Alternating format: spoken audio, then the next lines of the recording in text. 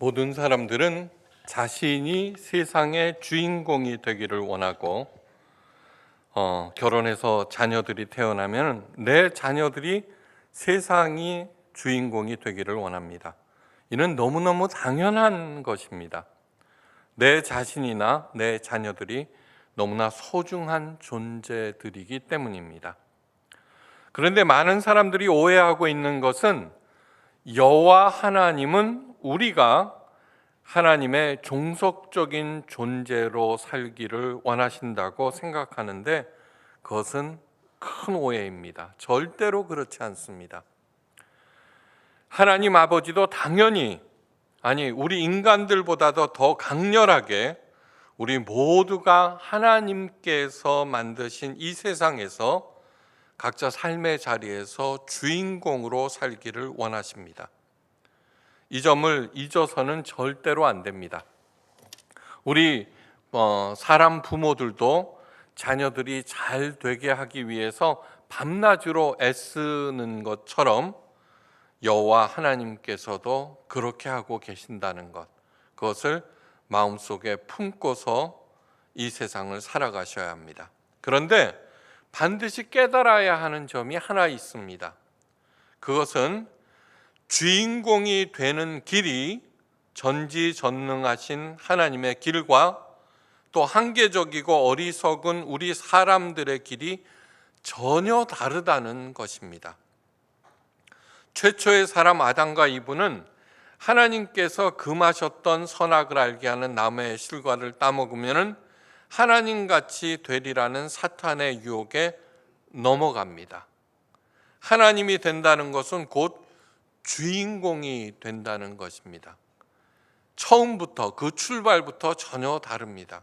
우리 하나님께서는 선악을 알게 하는 나무의 실과를 따먹지 말라고 했는데 우리들은 주인공이 되기 위해서 금하셨던 그 실과를 따먹었습니다. 하나님이 된다는 것은 곧 내가 내 자신의 주인이 된다는 것, 세상의 주인공이 된다는 것인데 한번 생각해 보십시오. 지금까지 살아오면서 우리가 진정 나는 이것의 주인이다라고 생각하신 적이 있습니까? 어릴 때 주인은 부모님, 학교에 가서는 선생님, 나중에 직장에 들어가서는 사장님, 또한 내가 집을 소유했다고 하더라도 그 대출금이 내 집의 주인입니다. 제대로 한 번도 주인으로서 당당한 주인으로서 살아간 적이 없음에도 불구하고 그렇게 주인이 되었다고 착각하는 것입니다. 이에 대해서 하나님께서 말씀하십니다. 내가 흙으로 돌아갈 때까지 얼굴에 땀을 흘려야 먹을 것을 먹으리니. 이 땅에서 사는 동안 내가 주인이 아니라 음식이 나의 주인이 된다는 것입니다. 내가 그것에서 취함을 입었습니다. 땅이 내 주인이다, 이런 뜻입니다. 너는 흙이니 흙으로 돌아갈 것이니라고 말씀하셨습니다. 이 말씀은 죄에 대한 하나님의 심판이 절대로 아닙니다. 잘못된 생각, 잘못된 판단에 대한 피할 수 없는 귀결, 당연한 결과로서 홀로 이 세상에서 악전고투하다가 뭐 좀 얻은 것 같아도 모두 허무로 끝난다는 것입니다. 생각해 보십시오. 인간의 주인공의 삶은 모두 다 일시적인 것입니다. 세상의 영웅들도 모두 이름만 남겼죠, 그죠? 모두 반짝했다가 사라져 버립니다. 그러나 하나님 아버지께서 사랑하는 우리 모두가 영원한 주인공이 되시기를 원하십니다. 오늘 본문 말씀은 감사와 기쁨과 보람으로 가득한 진정한 주인공, 그러면서도 영원한 주인공이 되는 길을 보여주는 아주 중요한 말씀입니다. 사도 바울이 말합니다. 만일 너희 속에 하나님의 영이 거하시면은 너희가 육신에 있지 아니하고 영에 있나니 누구든지 그리스도의 영이 없으면은 하나님의 사람이 아니니라.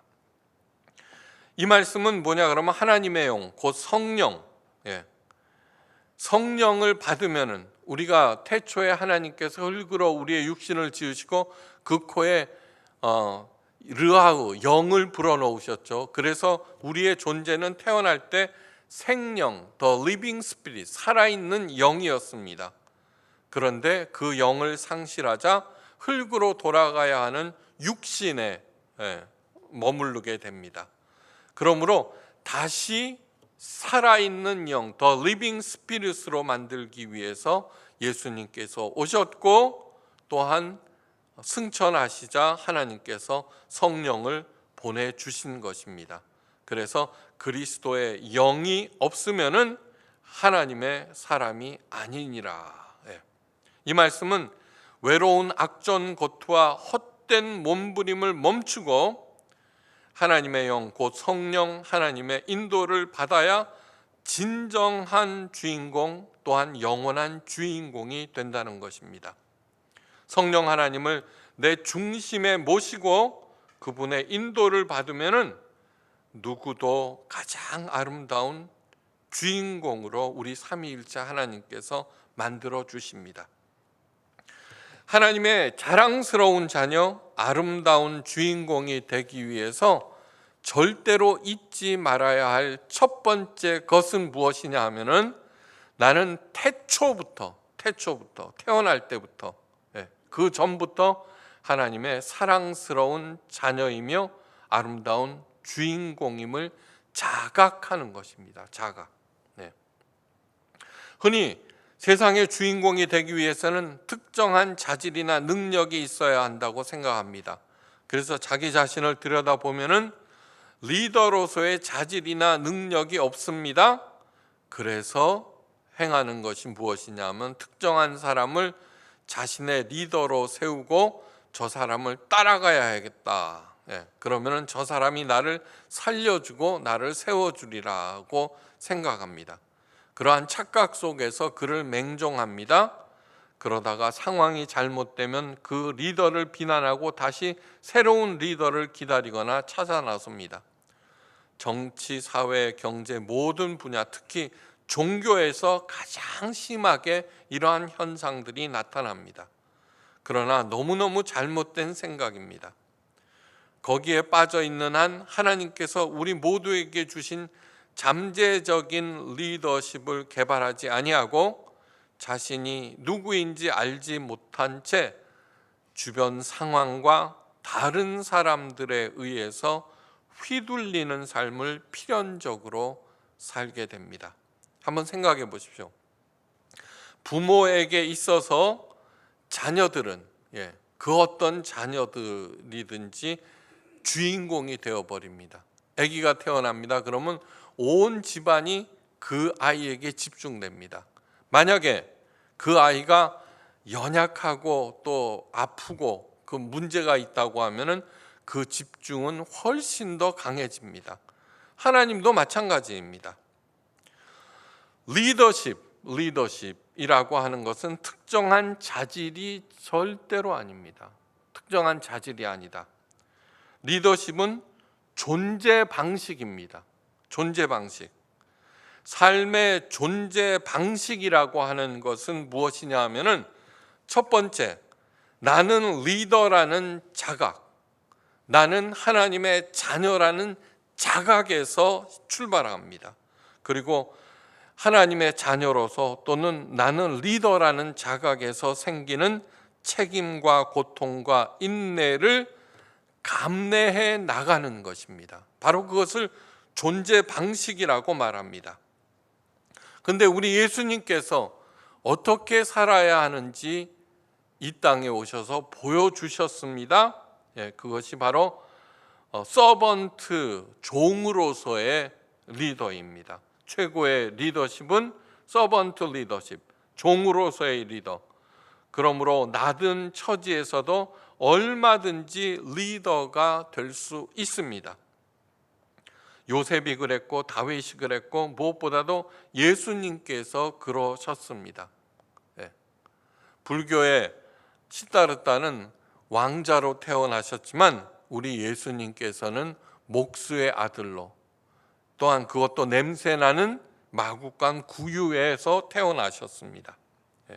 그것은 뭐냐 그러면은 낮은 처지에서도 얼마든지 리더가 될 수 있다는 것입니다. 그 출발점은 무엇이라고요? 나는 하나님의 가장 소중한 자녀이다. 하나님의 형상을 가진 하나님의 자녀이다. 그 출발부터 시작되는 것입니다. 자신의 힘, 그것이 무엇이든지 남을 돕고 살리는 데 쓰는 사람이 곧 서번트 리더입니다. 예수님은 하나님의 구원자이십니다. 그런데 거짓 구원자들은 자신이 세상을 유토피아로 나를 주인공으로 만들어 주겠다고 약속합니다. 그런데 나중에 알고 보면 뭐예요? 모두 다 그 거짓 구원자들을 위한 것입니다. 그러나 우리 예수님께서는 진짜 주인공이 되는 길을 가르쳐 주시고 인도하십니다. 우리 예수님께서도 하늘을 나는 새와 들에 핀 들꽃을 가리키면서 분명히 말씀하셨습니다. 수고도 아니하고 길쌈도 아니하느니라. 무엇을 먹을까, 무엇을 마실까, 무엇을 입을까 하지 말라. 이는 다 이방인들이 구하는 것이라. 우리가 하나님의 자녀로서 의식주를 걱정한다면은 사실은 하나님을 알지도 믿지도 않는 이방인들이나 이교도라고 하는 것입니다. 그러면서 우리가 해야 할 일은 따로 있는데 그것은 뭐냐 그러면은 먼저 그의 나라와 그의 의의를 구하는 것입니다. 왜냐하면은 우리 하늘 아버지께서는 의식주 그 모든 것들이 우리에게 있어야 할 줄을 너무너무 잘 알고 계시기 때문입니다. 그런데 그것은 하나님께서 공급해 주신다는 것을 믿고 굳게 믿고 걱정하지 아니하고 내가 포커스를 맞춰야 하는 것은 그분의 나라, 그분의 나라라고 하는 것은 하나님께서 이 세상을 창조하시고 운행하시고 계신다라고 하는 것을 믿는 것이 그의 나라를 구하는 것입니다. 그의 의의를 구하는 것은 무엇이냐 하면은 하나님께서 원하시는 그 일, 하나님께서 옳다고 하는 그 일을 내가 꾸준히 행하면은 그리하면 그 모든 것들을 우리 하나님 아버지께서 우리에게 더해 주신다는 것입니다. 하늘을 나는 새와 들에 핀 들꽃보다 우리는 훨씬 더 귀한 존재입니다. 귀한 존재입니다.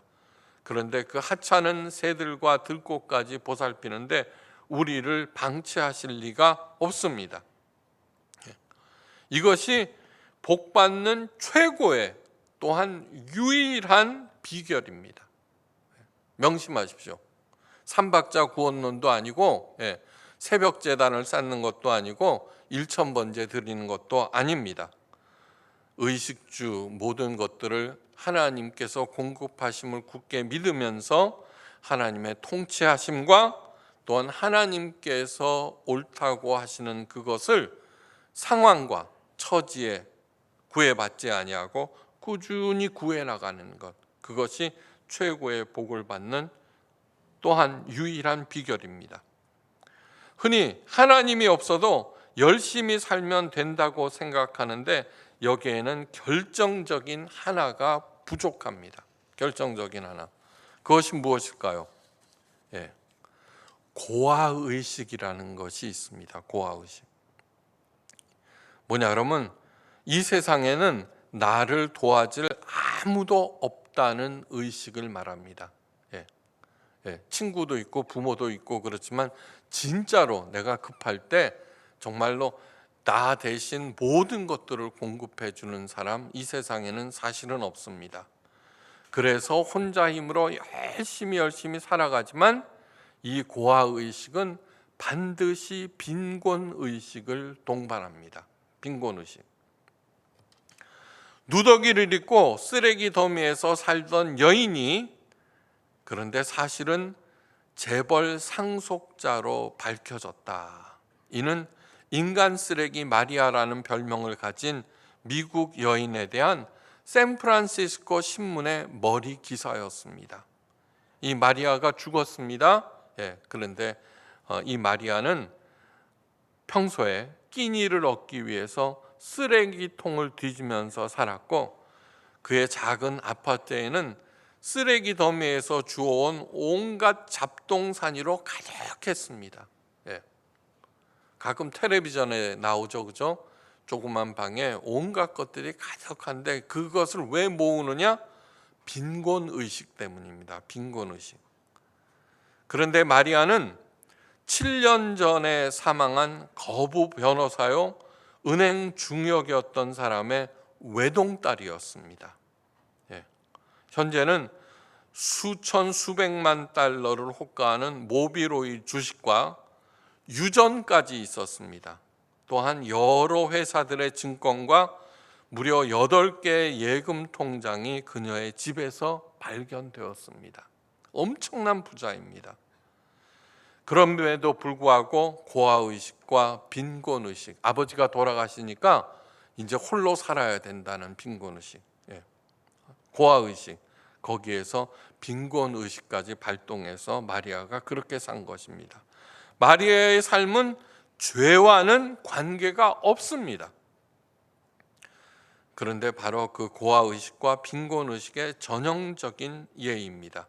그 많은 유산을 쌓아놓고도 한 번도 누리지 못했습니다. 하나님을 모르는 사람들, 이방인들은 먹을 것을 가득 쌓아놓고도 언제나 부족하다고 느낍니다.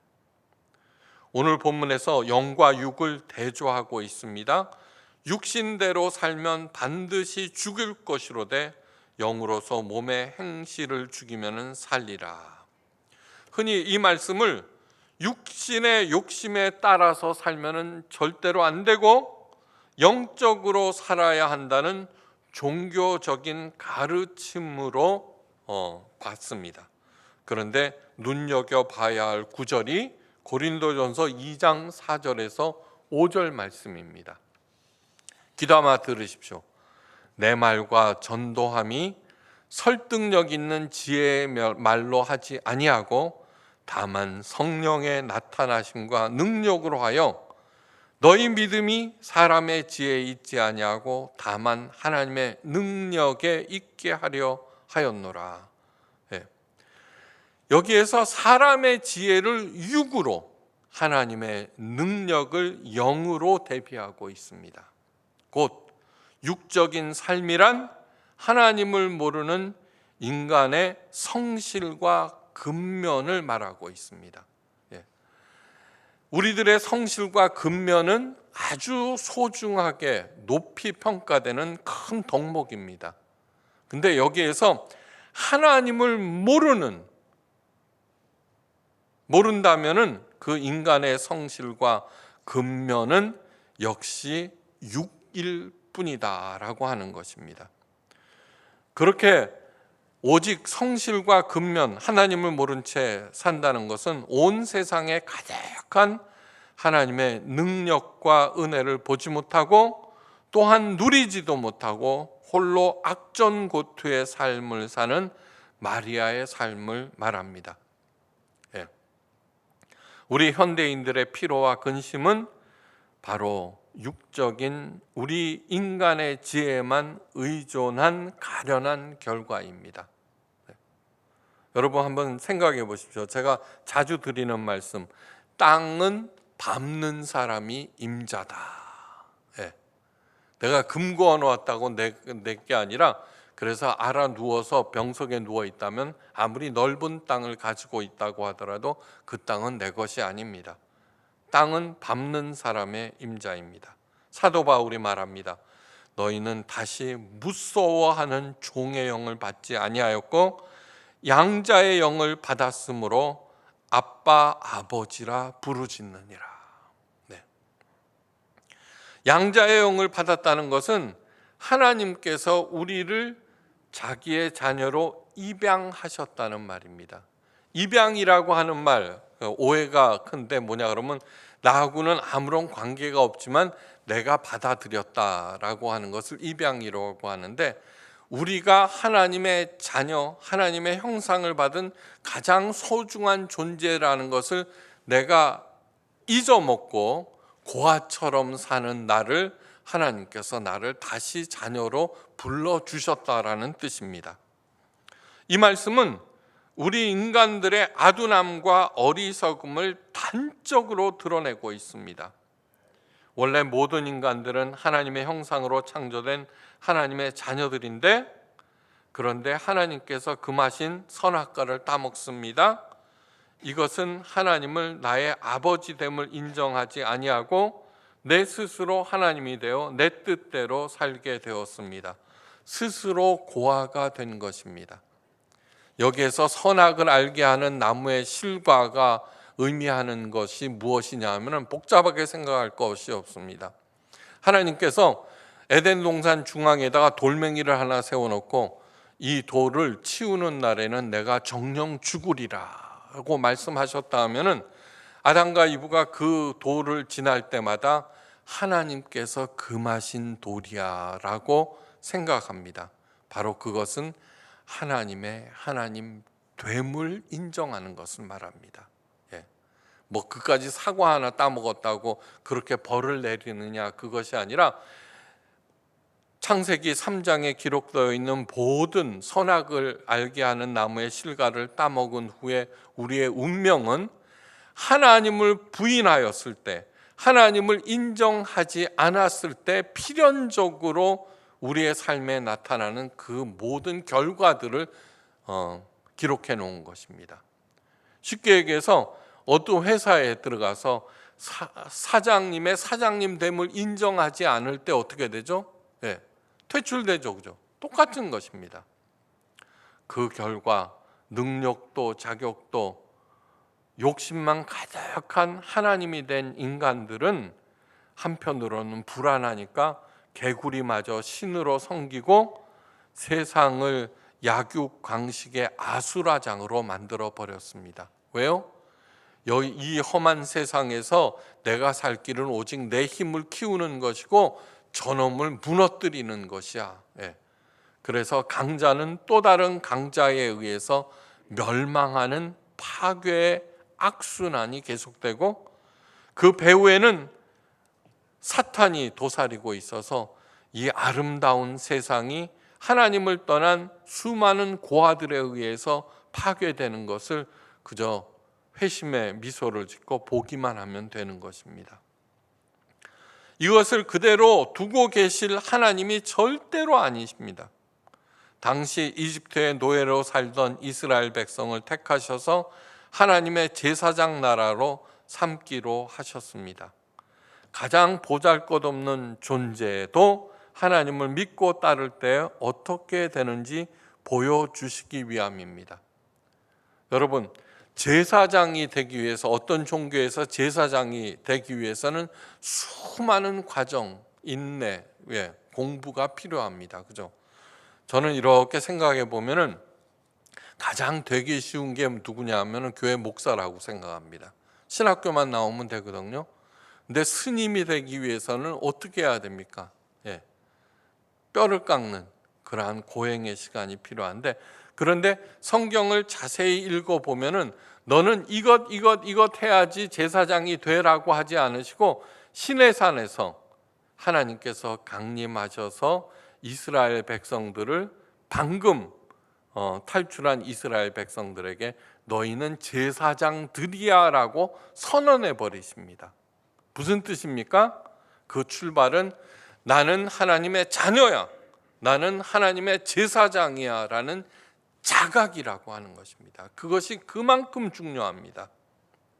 하나님은 10가지 재앙으로 이집트를 굴복시키십니다. 마지막 재앙으로 어린 양의 피를 문설주와 임방에 바르게 하셨고, 그 명령을 지키는 가정의 맏아들은 살려주셨고, 그렇지 않은 가정의 맏아들은 다 죽이셨습니다. 장자를 그렇게 해서 잃은 파라오는 마침내 하나님께 굴복하고 이스라엘 백성들을 내어놓습니다. 바야흐로 새로운 땅, 젖과 꿀이 흐르는 가나안 땅으로의 여정이 시작되려는 찰나 하나님께서는 새로운 명령을 내리십니다.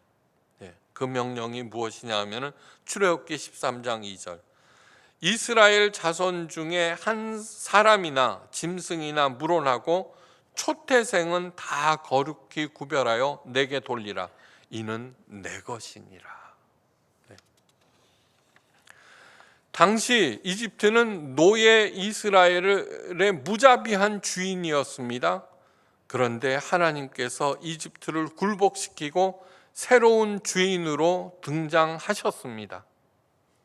그런데 새 주인의 첫 명령은 모든 사람들과 동물들의 장자를 바치라는 것입니다. 그래도 이집트는 맏아들을 각 가정의 장자로 인정해 주었습니다. 이 명령을 받은 이스라엘 백성들이 보기에는 하나님은 장자마저 빼앗는 더 무자비한 주인이십니다. 게다가 동물들의 초태생까지도 바치라고 하였습니다. 거기에서 동물을 의미하는 것은 재산을 의미합니다. 재산. 과연 하나님이 그런 분일까요? 절대로 아닙니다. 그럼에도 왜 맏아들을 바치라는 것일까? 또한 동물의 초태생을 바치라는 것일까? 맏아들은 그 집안을 대표합니다. 그런 맏아들이 하나님의 것이 되면은 그 집안 전체가 하나님의 것이 됩니다. 그렇게 되면은 이스라엘의 모든 가정은 하나님 아버지를 정점으로 하는 큰 가족이 됩니다. 우리 하나님 여호와, 야훼라는 뜻은 스스로 계신 분, 자족하시는 분입니다. 그 욥기에 보면은 너희들이 충성한들 내게 무슨 유익이 있겠느냐 이렇게 기록되어 있거든요. 생각해 보십시오. 자족하고 있는데 충성을 바친다고 귀찮을 뿐입니다. 귀찮을 뿐. 그런데 하나님께서는 이집트와 같은 무자비한 군주가 아니라 이제는 자애로운 아버지가 되신다는 것입니다. 이것이 바로 너희는 다시 무서워하는 종의 영을 받지 아니하고 양자의 영을 받았다는 깊은 뜻이 있습니다. 젖과 꿀이 흐르는 가나안으로 가는 그 험난한 여정을 하나님께서는 장군으로 왕으로 동행하시는 것이 아니라 아버지로서 함께 인도하고 공급하시겠다는 것입니다. 오늘날 세상은 더 각박하고 황량한 광야가 되었습니다. 그래서 나를 인도하고 보호하고 공급하는 존재가 더욱 절실합니다. 다시 말해서 하나님 아버지가 더욱더욱 필요한 그러한 상황입니다. 여러분들이 나는 하나님의 자녀라는 사실이 믿어지십니까? 그렇다면 여러분들은 양자의 영, 곧 성령을 받으신 것입니다. 너무너무 중요한 사실입니다. 양자의 영이신 성령을 받았으면 하나님은 더 이상 무서운 주인이 아니라 자애로운 부모가 되십니다. 어린 자녀들은 아버지를 아빠라고 부릅니다. 아버지가 바로 아빠입니다. 우리 예수님께서 십자가에 달려 돌아가신 이유가 무엇이냐 하면은 여호와 하나님을 아버지라고 불러서 그것을 들은 바리새인들이 불경죄라고 해서 십자가 처형에 죄목을 하나 더 첨가한 것입니다. 여호와가 하나님의 이름인데 나중에 알고 보니까 야훼로 판명이 났죠. 그러면 여호와가 옳아요, 야훼가 옳아요? 야훼가 옳은 표현입니다. 그러면 우리 아버지 이름을 엉터리로 불러왔네요? 예, 그렇습니다. 그렇게 된 이유는 무엇이냐 하면은 히브리어는 자음만 있습니다. 모음이 없습니다. 그래서 유대인들은 하나님을 뜻하는 자음이 나오면은 감히 아버지의 이름을 입에 담는 것을 불경스럽게 생각해서 그냥 아도나이 그랬습니다. 아도나이는 주인이라는 뜻입니다. 나의 주라는 뜻입니다. 그러다가 아버지의 본명을 잊어버린 것입니다. 상실한 것입니다. 근데 어떻게 알았느냐? 고고학이 발달되면서 그전에는 중동 고고학은 보물찾기였거든요. 그런데 수많은 석판들이 나옵니다.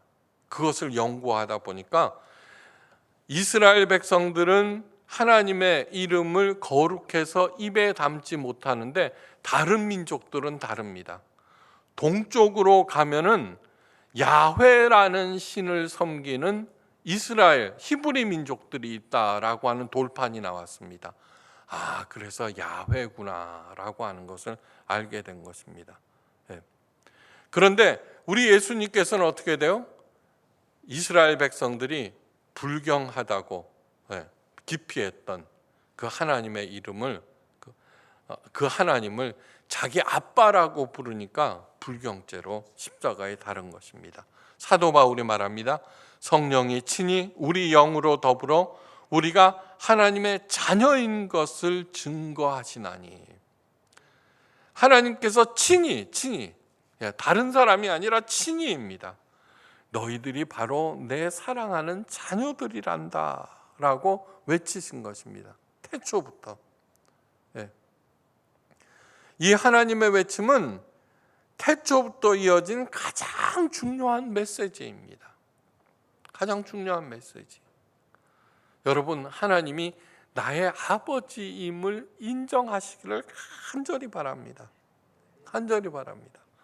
진짜로 하나님이 내가 가장 사랑하는 나의 아버지 되신다. 사후세계까지도 나를 사랑하신다는 것을 알면 죽음이 전혀 두렵지 않습니다. 전혀 두렵지 않습니다. 그런데 하나님께서는 말로만 하나님의 자녀라고 하시는 것이 아닙니다. 사도 바울이 말합니다. 자녀이면 또한 후사는 곧 상속인을 뜻합니다. 하나님의 상속인이요 그리스도와 함께한 상속인이라 그러거든요. 그리스도와 함께한 상속인은 법률적인 용어입니다. 그냥 단순한 상속인이 아니라 The joint heirs with Jesus Christ. 단순한 공동 상속인이 아니라 부자 아버지가 아들 둘을 조인트 에어로 묶어서 엄청난 유산을 남기셨다고 가정합시다. 그런데 어리석은 큰아들이 재산을 몽땅 다 날려버렸습니다. 억울하지만 동생도 함께 망해야 합니다. 묶어져 있으니까. 그런데 똑똑한 동생이 다시 재기하여서 더 큰 재산을 모았습니다. 형이 믿지만 그 재산을 형과 함께 나눠야 합니다. 왜요? 조인트 에어이기 때문에. 바로 이것이 조인트 에어가 의미하는 법적 효력입니다. 하나님께서는 연약하고 어리석고 사악한 우리를, 믿업지 못한 우리를 누구와 함께 묶어주셨어요? 예수 그리스도와 함께 묶어주셨습니다. 우리가 고난 가운데 있습니다. 내가 잘못 판단하여서, 잘못 결정하여서 고난이 닥쳤습니다. 그런데 내 잘못이지만 이미 예수님께서는 그 고난의 현장에 와 계십니다. 와 계십니다. 그리고 빨리 나랑 상의하자고 말씀하십니다. 제가 말씀드렸죠. 어떤 어려운 상황에서 가장 먼저 물어야 할 게 무엇이라고요?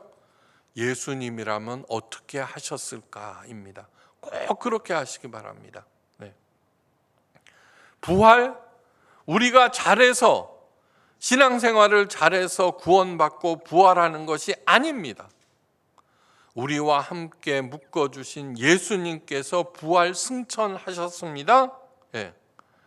그래서 우리도 부활하십니다. 여기에서 덩다리 시리즈가 나온 것입니다. 아셨죠? 그러니까 예수님 그 가지에 붙어 있어야 한다는 것을 마음에 새기십시오. 왜 이렇게 조치하셨을까? 놀고 먹으라고? 절대로 아닙니다. 제대로 된 부모라면 아무리 부자라고 하더라도 자녀들이 놀고 먹는 것을 그냥 놔두지 않습니다. 왜요? 제대로 살기를 원해서 그렇습니다. 제대로 산다는 것이 뭐예요? 하나님의 자녀답게 사는 것입니다. 하나님의 자녀답게. 하나님의 자녀들은 하나님의 복을 기다리지 않습니다. 이거 해주세요, 저거 해주세요 않습니다. 왜요? 필요한 것이 무엇인지 다 알고 계시는 하나님께서 시와 때가 되면은 공급해 주심을 알고 있기 때문입니다. 또한 이미 주어졌기 때문입니다. 아버지 것은 곧 누구 거? 내 거죠. 믿으시기 바랍니다. 절대로 우리들이 손해를 봤다, 뭐 사기에 말려들었다 한번 가만히 들여다보십시오. 다 욕심 때문에 그렇습니다. 더 많이 벌겠다고 말려드는 것입니다. 하나님의 자녀들은 어떤 경우에도 욕심을 부리거나 불의한 일에 개입하지 않습니다. 절대로 그렇게 하지 않습니다. 하나님의 자녀들은 실패할까 두려워하지 않습니다. 하나님의 징계, 그것도 두려워하지 않습니다. 어려운 일이 닥쳤습니까? 그 어려운 일을 통하여서 지금 내가 뭐를 잘못하고 있는가 깨달으라는 것입니다. C.S. 루이스가 말합니다. 고통은 우리를 부르시는 하나님의 확성기다. 확성기. 하나님의 자녀들은 그 고난을 통하여서 오히려 자신을 교정하고 하나님의 지혜를 배우고 나아가서는 하나님의 능력을 덧입습니다. 바로 그것이 사도 바울이 말하는 그리스도의 장성한 분량에 이르기까지 잘하는 것입니다. 오늘도 세상과 세상 너머의 세계를 운영하시는 여호와 하나님이 나의 아버지이십니다. 창조주 하나님이 내 아버지가 되셨다는 사실만큼 더 큰 은혜는 없습니다. 더 큰 은혜는 없습니다. 아버지가 부자이고 든든하면은 자녀들이 걱정이 없죠. 비교조차도 할 수 없는 그 하나님께서 그 수천 년 태초부터 우리를 내가 너의 아버지란다, 그 소리를 수많은 글과 예언자들, 선지자들을 보내서 마침내는 그것을 듣지 아니하니까 예수님께서 오셔서 가르치고 계십니다. 하나님께서, 여호와 하나님이 저와 여러분들의 아버지, 가장 사랑받는 아버지 되시기를 주의 이름으로 간절히 축원합니다. 언제나 예수님이 나와 함께 계셔서 나를 도우시며 반드시 함께 하나님의 찬란한 영광에 들어갈 것입니다. 왜요? 그리스도와 함께 묶어주신 상속자가 곧 예수님이시기 때문입니다. 이 모든 것들을 확신케 하시는 분이 바로 성령 하나님이십니다.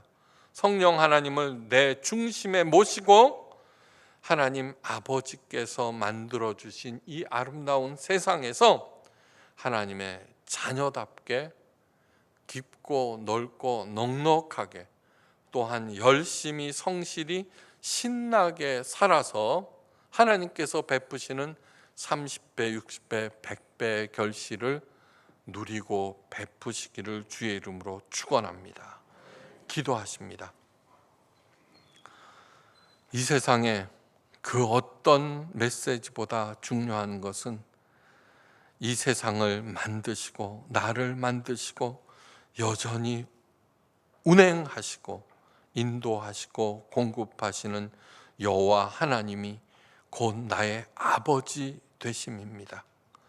성령 하나님께서 외치시는 그 간절한 메시지를 우리 마음 중심에 새겨서 걱정하지 아니하고 이 땅의 곳곳에 숨겨놓은 하나님의 은혜와 복을 누리며 베풀며 기쁨으로 살아가는 우리 모두가 되게 하옵소서.